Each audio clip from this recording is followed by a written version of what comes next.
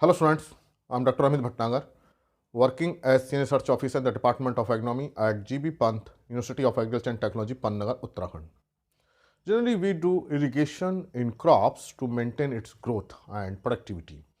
And in monsoon season, in Kharif season, there is a rainfall in our country, so no need of irrigation in general. But if there is a irregular rains, then we go for irrigation. तो वर्षा की ऋतु में हमें कोई सिंचाई की ज़रूरत नहीं होती है, और अगर रेन्स इरेगुलर हो रही हैं तो हमें इरिगेशन करनी पड़ती है, और समर सीज़न और रबी सीज़न में तो हमें इरिगेशन करनी ही पड़ती है। एंड जनरल जो परसेप्शन ये है कि हम जितना फसल को पानी देंगे उतनी फसल अच्छी होगी, ये एक गलत परसेप्शन है। दूसरा, हम इरिगेशन करते समय खेत में पानी बहुत ज़्यादा भर देते हैं। हमें लगता है कि अभी पानी मिल गया है हमें ट्यूबवेल से या कैनाल से, तो हम पानी को ज़्यादा भर लें। तो ये सारी प्रैक्टिस से क्रॉप की प्रोडक्टिविटी कम हो जाती है, उसकी ग्रोथ कम हो जाती है, और बहुत सारे इल इफेक्ट्स होते हैं। सो this is called over irrigation. Over मतलब ज़्यादा इरीगेशन करना, और डेफिसिट इरीगेशन करते हैं मतलब हम पानी कम देते हैं, then this deficit irrigation cannot fulfill plant requirement, while over irrigation means excess amount of water result numerous loss। बहुत सारे नुकसान होते हैं फील्ड में, खेत में, फसल पे भी होते हैं, और फसल की प्रोडक्टिविटी बढ़ने की बजाय कम हो जाती है और हमें नुकसान होता है। बहुत सारे नुकसान ऐसे हैं कि जो हमको नज़र नहीं आते, और कुछ नुकसान हमें नज़र आता है। जो नज़र आता है, सबसे पहला हमें जो नज़र आता है कि बहुत ज़्यादा इरिगेशन करने से आप देखेंगे कि फसल, जो खेत पौधे हैं वो पीले पड़ जाते हैं, येलोइंग ऑफ लीव्स हो जाता है, पौधे पीले पड़ जाएंगे, छोटे रह जाएंगे, ड्रूपिंग ऑफ लीव्स, पत्तियां झुक जाती हैं, और बहुत दिनों तक ये इफेक्ट रहता है जब तक कि उसका खेत का पानी सूख ना जाए। ये एक विजिबल इफेक्ट है। लेकिन बहुत सारे इफेक्ट ऐसे हैं जो हमको नज़र नहीं आते, और इन इफेक्ट्स की वजह से पॉल्यूशन तो खराब होता ही है, इन्वायरमेंट खराब होता है, और हमारी सॉइल की फर्टिलिटी है वो भी खराब होती है, न्यूट्रिएंट अपटेक भी खराब होता है, और टोटल मिला के हम बात करें तो हमें नुकसान होता है, कोई प्रॉफिट नहीं होता है।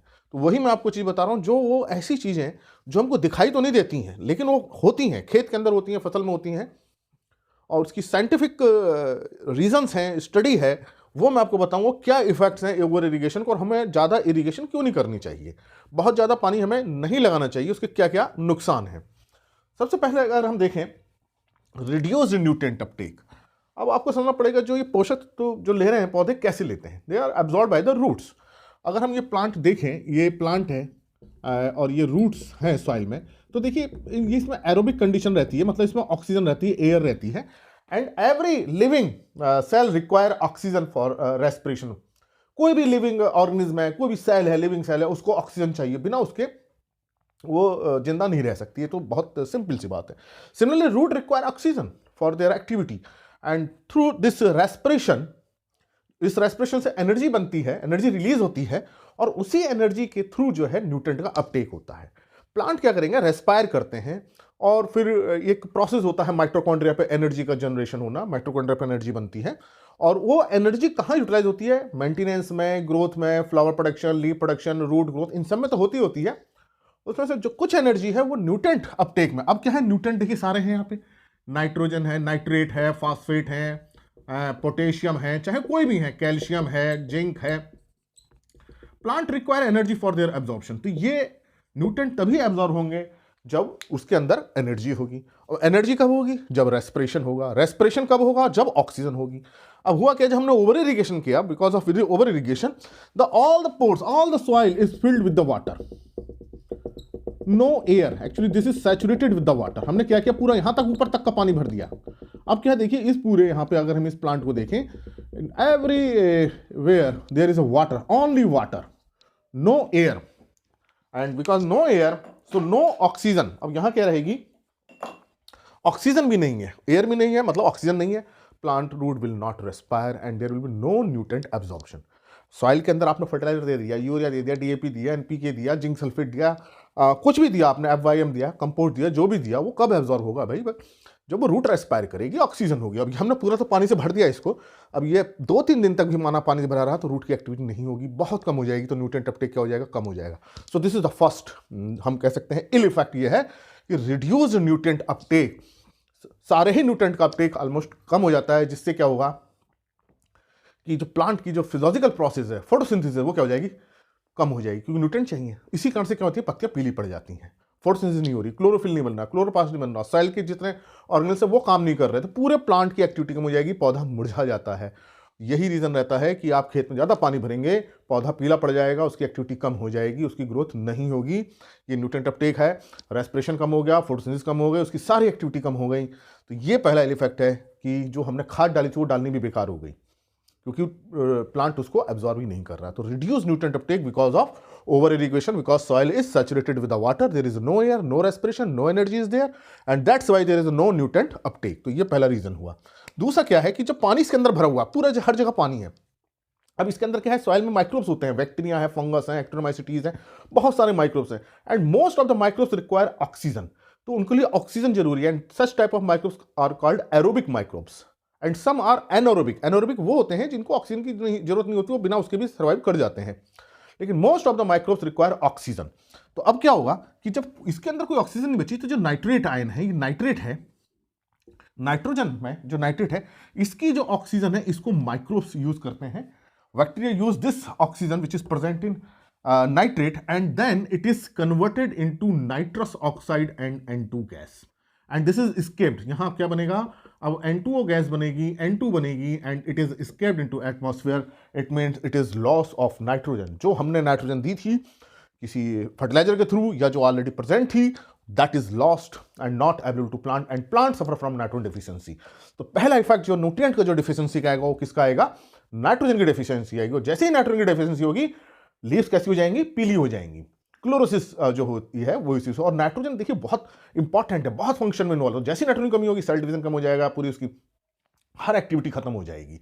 तो nitrogen is lost, and this process is known as denitrification. ये नाइट्रेट होते हैं और नाइट्रेट खत्म होगा, डी मतलब खत्म होना, तो ये डीनाइट्रिफिकेशन प्रोसेस हो गया।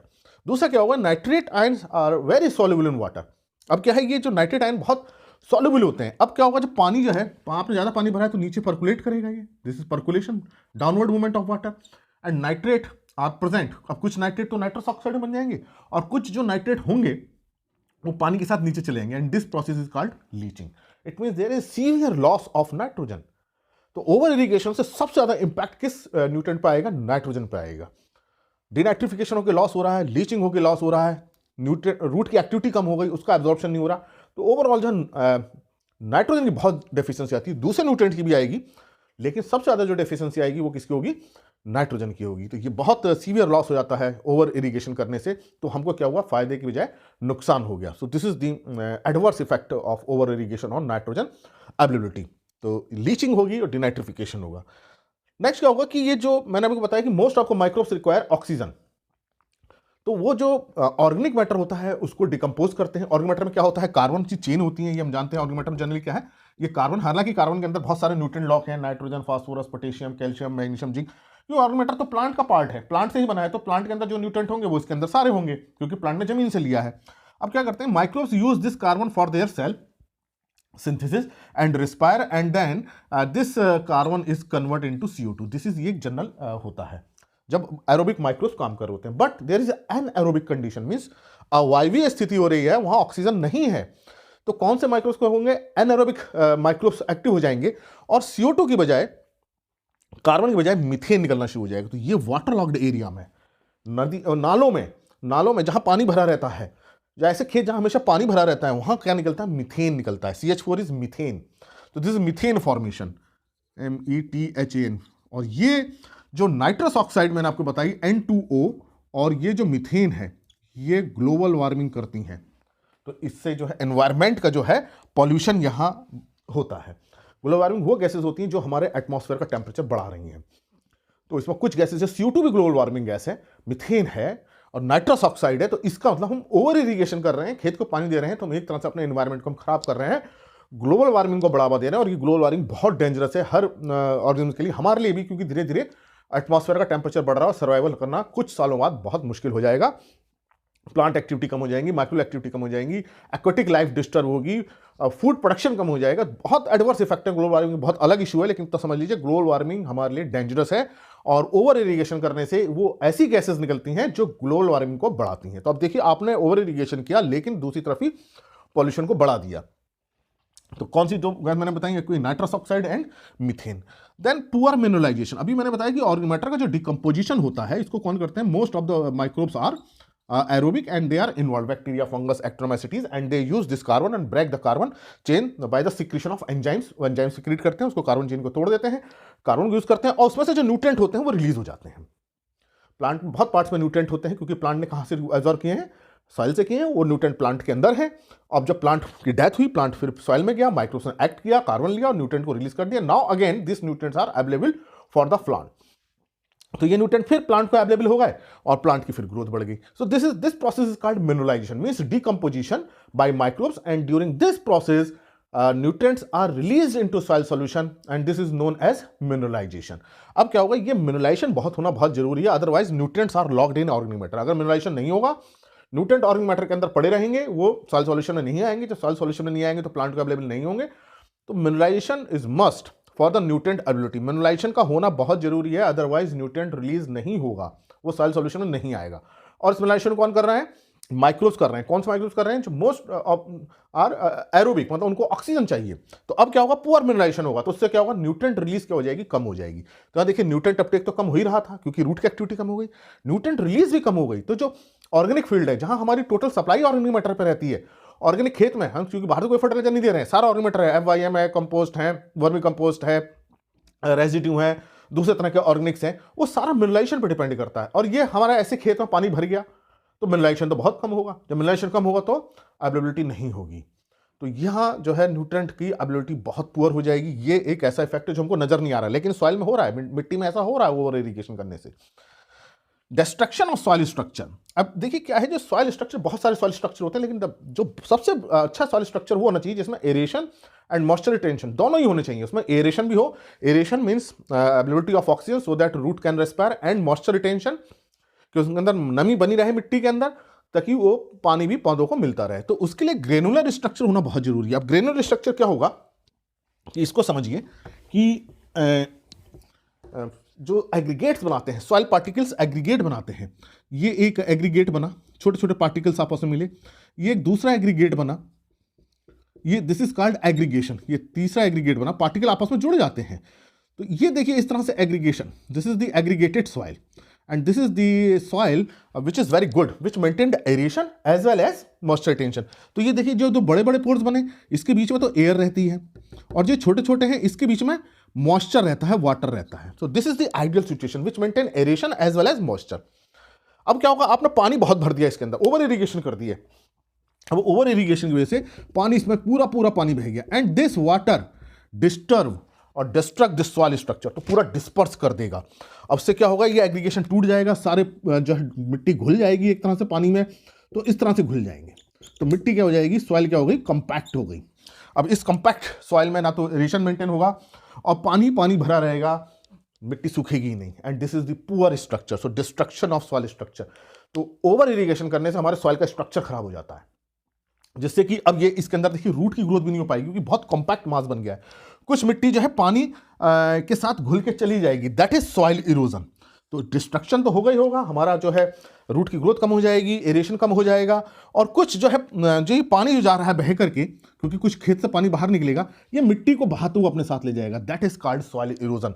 And nutrient and organic matter is present in soil particle. तो इनके साथ ऑर्गेनिक मैटर भी खेत से बाहर चले जाएगा, न्यूट्रिएंट्स भी चले जाएंगे, जो खाद आपने दी है वो भी चली जाएगी, फर्टिलाइजर डाला वो भी चला जाएगा.